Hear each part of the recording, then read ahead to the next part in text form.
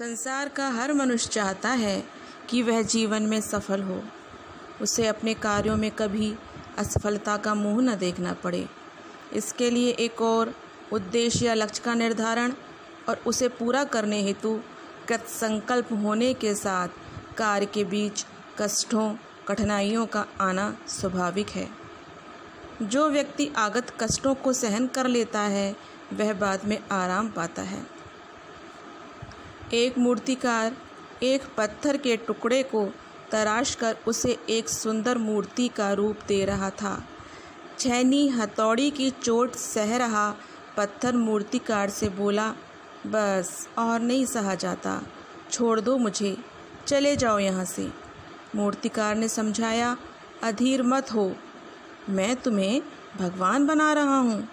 यदि तुम कुछ दिनों का कष्ट सह लोगे तो जीवन भर पूजे जाओगे।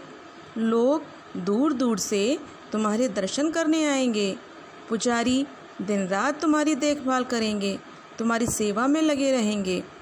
पत्थर ये सुनकर क्रोधित होकर चीखा, चले जाओ यहाँ से, मैं अब थोड़ा सा भी कष्ट नहीं सह सकता, मुझे अपनी जिंदगी जीने दो।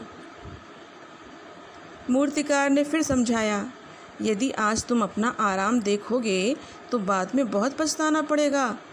यूँ पड़े अपना जीवन नष्ट मत करो। पत्थर पर कोई प्रभाव नहीं पड़ा।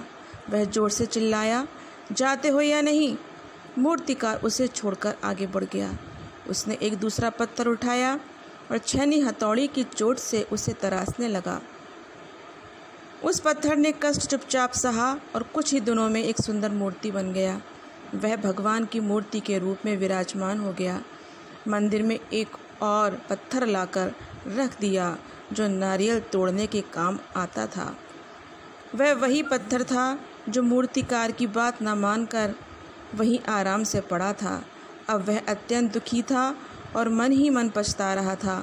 काश उसने मूर्तिकार की बात पर विचार कर उसे माना होता तो समाज में उसका भी सम्मान होता। इस प्रकरण का सारांश यही है कि कुछ दिनों का कष्ट जीवन को निरर्थक अवनत होने से बचा लेता है। जो प्रारंभ में कष्ट सह लेता है वह आगे आराम पाता है। इसलिए बच्चों, लॉकडाउन में भी पढ़ते रहो और सीखते रहो। थैंक यू, धन्यवाद।